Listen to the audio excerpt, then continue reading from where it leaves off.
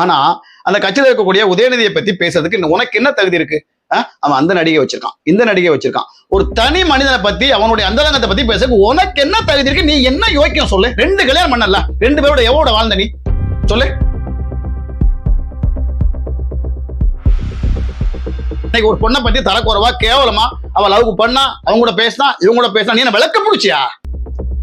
அந்த பொண்ணு அடுத்தவங்கள போகும்போது பேசும்போது விளக்க பிடிச்சியா சொல்லு. ஆமா, நீங்க எவ்வளவு நாளா மீடியால இருக்கீங்கன்னு தெரியாது, பட் நீங்க சோசியல் மீடியால இருக்கீங்க. சவுக்கு சங்கருடைய ஃபர்ஸ்ட் டாஸ்க் என்னன்னு தெரியுமா?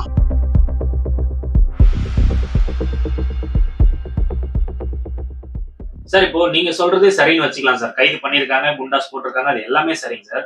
இப்போ அவரோட கை வந்து உடைக்கப்பட்டிருக்கு இல்லையா? காவல்துறை அதிகாரிகள் தான் அடிச்சு அவரோட கையை உடைச்சிருக்காங்கன்னு அவரே சொல்றாரு சார். கையை மட்டும் தான் உடைச்சிருக்காங்க, வாயை உடைச்சிருக்கணும், மிஸ் பண்ணிட்டாங்க.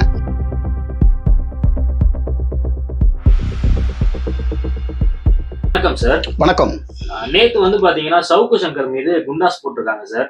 அதுவும் இல்லாம இன்னைக்கு காலையில வந்து காவல்துறை அவர் கூட்டிட்டு போகும்போது கோயம்புத்தூர் சிறையில என்னோட உயிருக்கு வந்து ஆபத்து இருக்கிறதா சவுக்கு சங்கர் சொல்லியிருக்காரு. இதெல்லாம் எப்படி சார் பாக்குறீங்க நீங்க?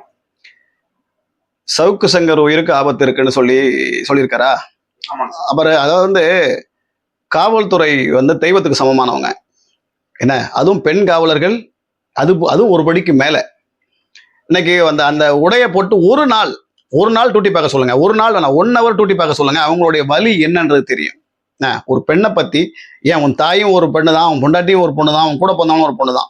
ஒரு பொண்ணை பத்தி தரக்குறவா ஒரு மனுஷன் பேசுறானா, அவன் நல்லதாய் வயிற்றுல பிறந்திருப்பானா? அடுத்தவங்களை பத்தி பேசுறதுக்கு உனக்கு என்ன தகுதி இருக்கு சொல்லு? நீ என்ன யோக்கியம் சொல்லு?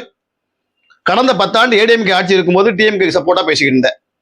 இப்போ டிஎம்கே ஆட்சி வந்துச்சு, ஏடிஎம்கேல காசை வாங்கிட்டு டிஎம்கே கழுவி ஊத்துற. சீமானுக்கு சப்போர்ட் வந்தா இப்ப சீமானுக்கு எதிரி ஆயிட்ட. ஏன் இதை விட முக்கியமான ஒண்ணு, முக்குளத்தூரை பார்த்தாலே உனக்கு பிடிக்க மாட்டேங்குது. முக்குளத்தூரை பார்த்தாலே அவ்வளவு காண்டா அப்படி என்ன பண்ணாங்க ஒன்னா சொல்லு? ஓபிஎஸ் வரலாறு தெரியுமா உனக்கு? அவன் 5 வயசு ஐய மாட்டான், எச்சக்கையில காக்க வரட்ட மாட்டான், அவன்லாம் ஒரு ஆளா? ஏன் அவரை பத்தி பேசுறதுக்கு உனக்கு என்ன தகுதி இருக்கு சொல்லு? அவர் மட்டும் இல்ல, யாரை பத்தி பேசுறதுக்கு உனக்கு என்ன தகுதி இருக்கு? நீ ஒரு பத்திரிகையாளர், சரியா? நீ யூடியூப் நடத்துறியா? உன் சொந்த பந்தத்துல உன் அக்கா தங்கச்சி பண்ற அலப்பறையை எடுத்து வீடியோவை போடு. எதுக்கு தமிழ்நாட்டில் நடக்கக்கூடிய காவல்துறையை பத்தியும் அரசாங்கத்தை பத்தியும், அதாவது ஆளுங்கட்சியை பத்தி நீ இவ்வளவு பகிரங்கமா விமர்சனம் பண்ற அப்படின்னா, அப்ப எந்த அளவுக்கு நீ பணம் வாங்கியிருப்ப? உனக்கு பணம் தான் முக்கியம் அப்படின்னா இன்னைக்கு வந்து நீ அடி தாங்கித்தான் ஆகணும், சரியா? தமிழர் கட்சியை பொறுத்த வரைக்கும் பாத்தீங்கன்னா சீமான் அவர்கள் சவுக்குக்கு ஒரு புறம் வந்து சப்போர்ட் பண்றாங்க. ஆனா சாட்டை துரைமுருகன் தொடர்ந்து சவுக்கு வந்து விமர்சனம் செய்யறாரு. இது எப்படி சார் பாக்குறீங்க? சீமானனை சப்போர்ட் பண்றது அவருடைய தனிப்பட்ட விருப்பம். சாட்டை துரைமுருகன் எதிர்க்கிறாரு அப்படின்னா அவருக்கும் இவருக்கும் என்ன பிரச்சனை அப்படின்றது உங்களுக்கு எல்லாத்துக்கும் மீடியாக்களுக்கு தெரியும். ஒரு முறை சாட்டை துரைமுருகன் உள்ள போகும்போது இவன் என்னென்ன பேசக்கூடாதோ அத்தனையும் பேசினாப்ல. ஒரு மனுஷனுக்கு நல்லதும் வரும் கெட்டதும் வரும். நீ இன்னைக்கு வெளியே சுத்திட்டு இருக்க, மீடியாவில் வந்து அசியசியமா அடுத்தவங்களை பத்தி பேசுற, இப்படியே உன்னை விட்டுருவாங்க, நம்ம எப்படி தப்பிச்சுக்கலாம்னு நினைக்கிறது தப்பு. யானைக்கும் அடிசருக்கும். அன்னைக்கு அந்த மனுஷன் போகும்போது என்னென்ன பேசக்கூடாதோ அத்தனையும் நீ பேசின. இன்னைக்கு உதாரணத்துக்கு எடுத்துக்கங்க, டிஎம்கே ஆட்சி நடந்துட்டு இருக்கு. டிஎம்கேக்கும் எனக்கும் 1000 கருத்து வேறுபாடுகள் இருக்கலாம். எனக்கு கட்சியை பிடிக்கலாம், பிடிக்காம போகலாம், அவங்க கொள்கையை பிடிக்கலாம், பிடிக்காம போகலாம், அது என்னோட தனிப்பட்ட விருப்பம். ஆனா அந்த கட்சியில இருக்கக்கூடிய உதயநிதியை பத்தி பேசுறதுக்கு உனக்கு என்ன தகுதி இருக்கு?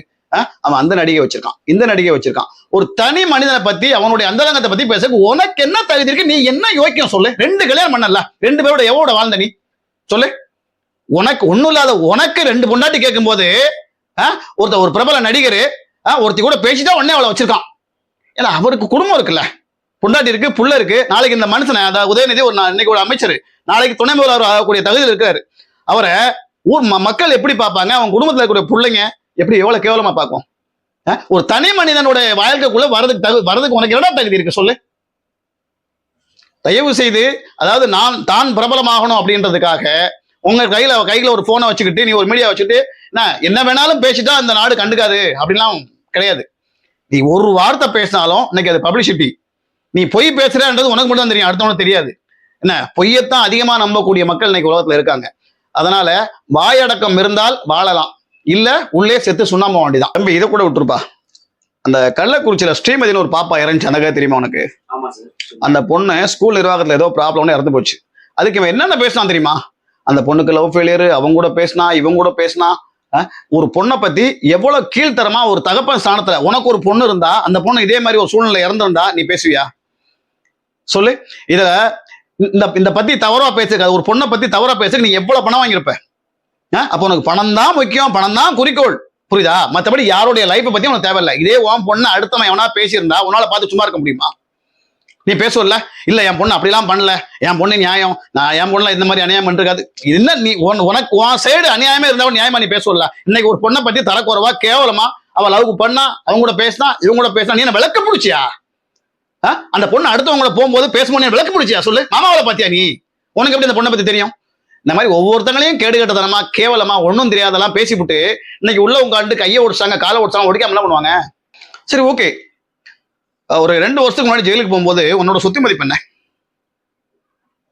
0. இன்னைக்கு உங்களுடைய சொத்து மதிப்பு என்ன? கணக்கிட முடியாது. இதுக்கு எங்க இருந்து காசு வந்துச்சு?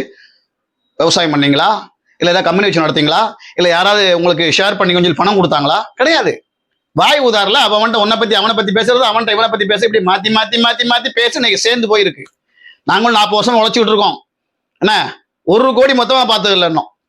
ஆனா இன்னைக்கு பல கோடிக்கு அதிபதினு சொல்லிக்கிறாங்க. சவுக்கு சங்கருடைய ஃபர்ஸ்ட் டாஸ்க் என்னன்னு தெரியுமா?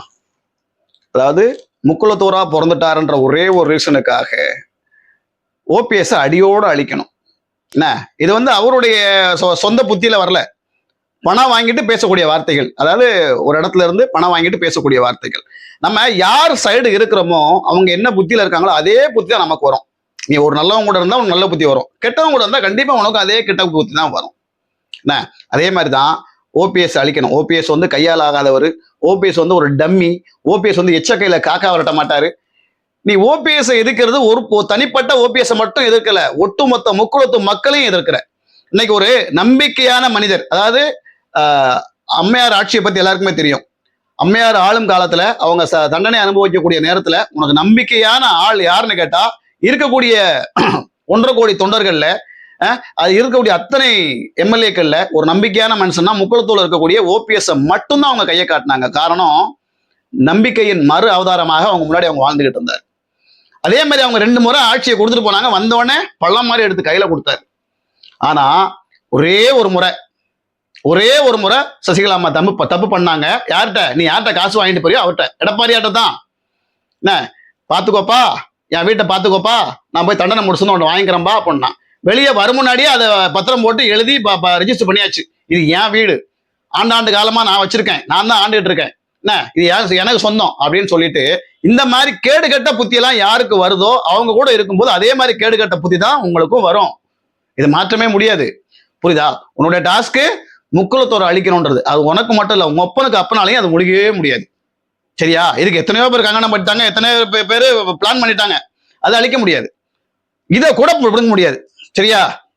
அதாவது மனுஷனா பிறந்தா யாராவது ஒருத்தங்களுக்கு உண்மையா இருக்கணும். உனக்கு சீமான் சப்போர்ட் பண்ணாரு, சீமானுக்கு உண்மையா இருந்தியா? இல்ல அண்ணாமலை உனக்கு சப்போர்ட் பண்ணாரு, அண்ணாமலைக்கு ஆதரவா இருந்தியா? கிடையாது. நீ ஒரு நம்பிக்கை துரோகி, இன்னும் கேட்டா தேச துரோகி. என்ன போதையா நிறைய சோசியல் மீடியால சொல்றாங்க, சவுக்கு சங்கர் நல்ல ஒரு போதை பொருளுக்காக போராடினாரு, கஞ்சாவுக்காக போராடினாரு, மதுவுக்காக போராடினாரு. சரி, நீ ஓகேமா? நீ குடிக்க மாட்டியா? இப்ப 2 வருஷமா தண்ணி அடிக்கிறது இல்லைன்ற மாதிரி நீ தான் சொல்லிதான் எனக்கு தெரியும்.